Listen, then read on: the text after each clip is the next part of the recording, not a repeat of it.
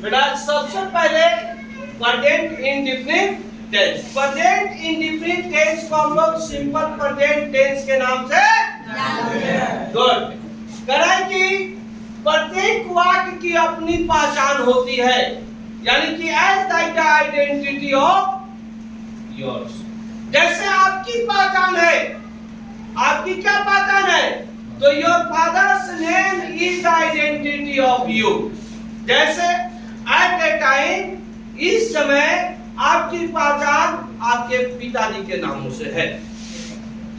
इसलिए प्रत्येक वाक्य की भी अपनी पहचान होती है, यानी आइडेंटिटी होती है। Identity is also available in the last of the sentence. पहचान कहाँ होती है? वाक्य के अंत में। कहाँ होती है? वाक्य के अंत में। तो प्रेजेंट इंडेफिनिट टेंस की पहचान है बेटा, कराए कि हिंदी वाक्य के अंत में ता है, ती है, ते है, ता हूं, ती हूं, ते हूं इत्यादि, मतलब ता ते ती प्लस है, हूं, हो। ठीक है, ये पहचान होती है। और इसका स्ट्रक्चर है बेटा कि सब्जेक्ट प्लस वर्ब वन या वर्ब फाइव प्लस ऑब्जेक्ट। तो यहां पर वर्ब लिखा है कि वर्ब वन और वर्ब फाइव, तो हमको वर्ब वन कहां लगाना है और वर्ब फाइव कहां लगाना है, ये तय करेगा जेन स्टार। कौन तय करेगा? जेन स्टार। क्या करेगा? करे कि जब वाक्य के सब्जेक्ट के रूप में, किसके रूप में? वाक्य के सब्जेक्ट के रूप में आई हो, बी हो, यू हो, दे हो और नाउन प्लस एस हो, नाउन प्लस ईएस हो, नाउन प्लस आईएस हो। ये सब्जेक्ट जो है प्लूरल सब्जेक्ट होता है, और आई जो है यह सिंगुलर सब्जेक्ट होता है, लेकिन यह सिंगुलर और प्लूरल दोनों वर्गों को लेता है। सिंगुलर और प्लूरल दोनों वर्गों को लेता है। इसलिए इन सभी सब्जेक्ट के साथ वर्ब वन का प्रयोग किया जाता है, और बाकी जो सब्जेक्ट होगा वह वर्ब फाइव को ग्रहण करता है। बाकी सब्जेक्ट क्या होता है? तो सिंगुलर होता है, इसलिए वर्ब फाइव लगाया जाता है, क्योंकि वर्ब फाइव क्या है? सिंगुलर वर्ब है। ठीक है, वर्ब अपने मूल अवस्था में प्लूरल होता है। वर्ब किस अवस्था में होता है? हाँ, मूल अवस्था में प्लूरल होता है, यानी वर्ब का निर्माण प्लूरल अवस्था में हुआ है। किस अवस्था में हुआ है? प्लूरल। करें कि अब देखिए हम यह जान ले कि वर्ब वन क्या है और वर्ब फाइव क्या है। वर्ब वन मतलब प्लूरल, वर्ब फाइव मतलब सिंगुलर। करें कि द हो गया फर्स्ट, करें कि first form of a verb is called verb one. करें कि वर्ब की प्रथम अवस्था, यानी वर्ब जिस गतिविधि में उसका नई उत्पत्ति हुआ हो।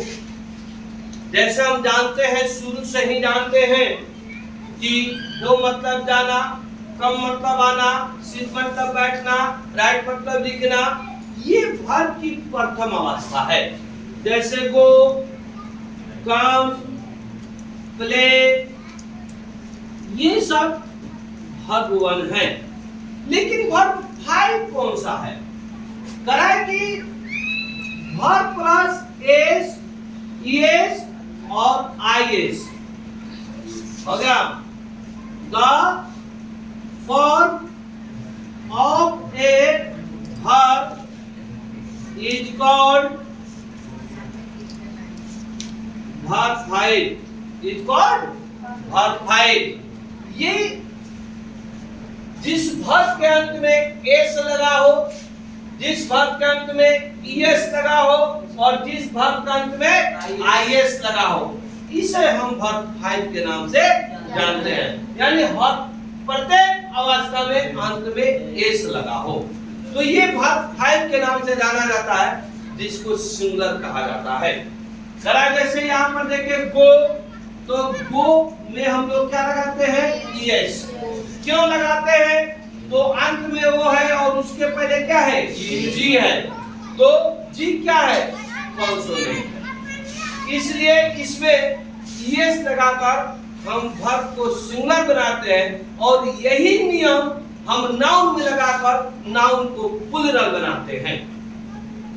वर्ब में जब इस रूल्स को लगाते हैं तो ये वर्ब सिंगुलर बन जाता है, लेकिन इसी रूल्स को जब हम फॉलो करते हैं नाउन के साथ, तो वह नाउन प्लूरल बन जाता है। अब देखिए जैसे कम में केवल एस लगा देंगे तो कम्स हो जाएगा। जैसे प्ले है बेटा, तो प्ले के अंत में क्या है? वाई है, और वाई के पहले क्या है? ए है। ये क्या है? वावेल है। इसलिए इसमें केवल एस लगाकर इस वर्ब को हम लोग सिंगुलर बना लेते हैं। तो सिंगुलर सब्जेक्ट के साथ वर्ब 5 और प्लूरल सब्जेक्ट के साथ वर्ब 1 का प्रयोग किया जाता है। अब हम एग्जांपल को आसानी से क्लियर कर सकते हैं। अब जैसे मैं अंग्रेजी पढ़ाता हूँ, मैं अंग्रेजी पढ़ाता हूँ। अगर सबसे पहले आपको कोई वाक्य मिलता है तो उस वाक्य से थोड़ी सी भी घबराहट नहीं होनी चाहिए।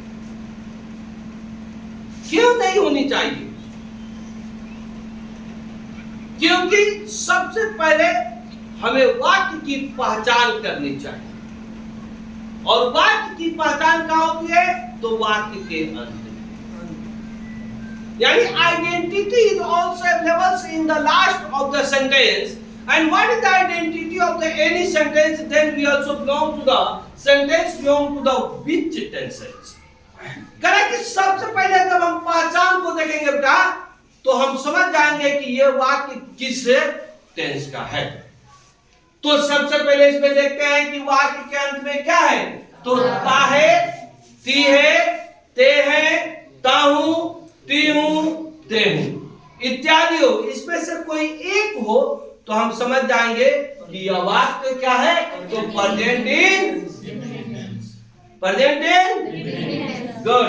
तो यह आपकी पहचान हो गई।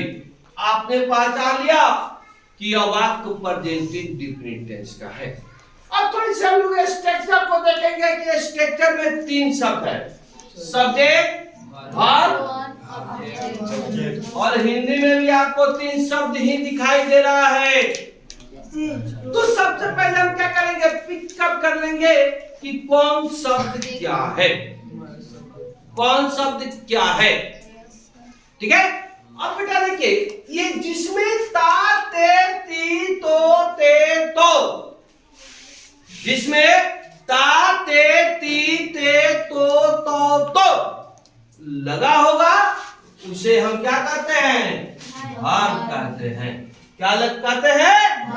वर्ब कहते हैं। करा कि the verb is also symbolized by the which word is called the subject. ये क्रिया जिसके द्वारा संपन्न होती है। अब ये पढ़ाता हूं, किसके द्वारा संपन्न हो रही है? तो मैं के द्वारा।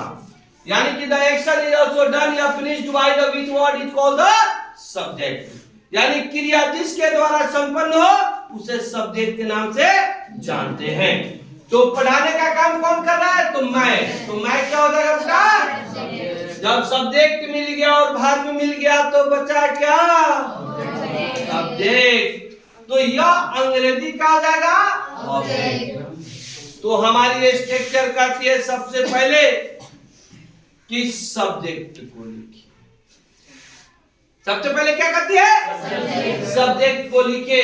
तो इसमें सब्जेक्ट कौन हो गया? मैं। तो मैं का अंग्रेजी क्या हो जाएगा बेटा? आई। अब करें कि वर्ब 1 या वर्ब 5।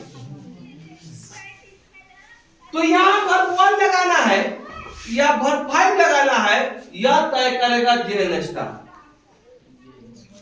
कौन तय करेगा?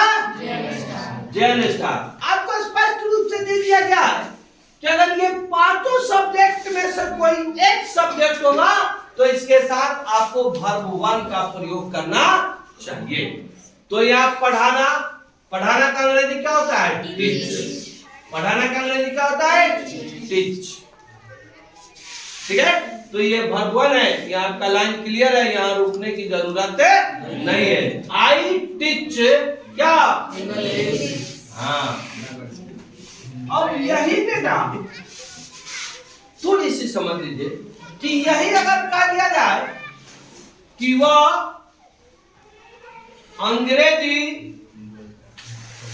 पढ़ाती है, वह अंग्रेजी, तो सबसे पहले आपका सवाल बनता है कि what is the identity of the sentence.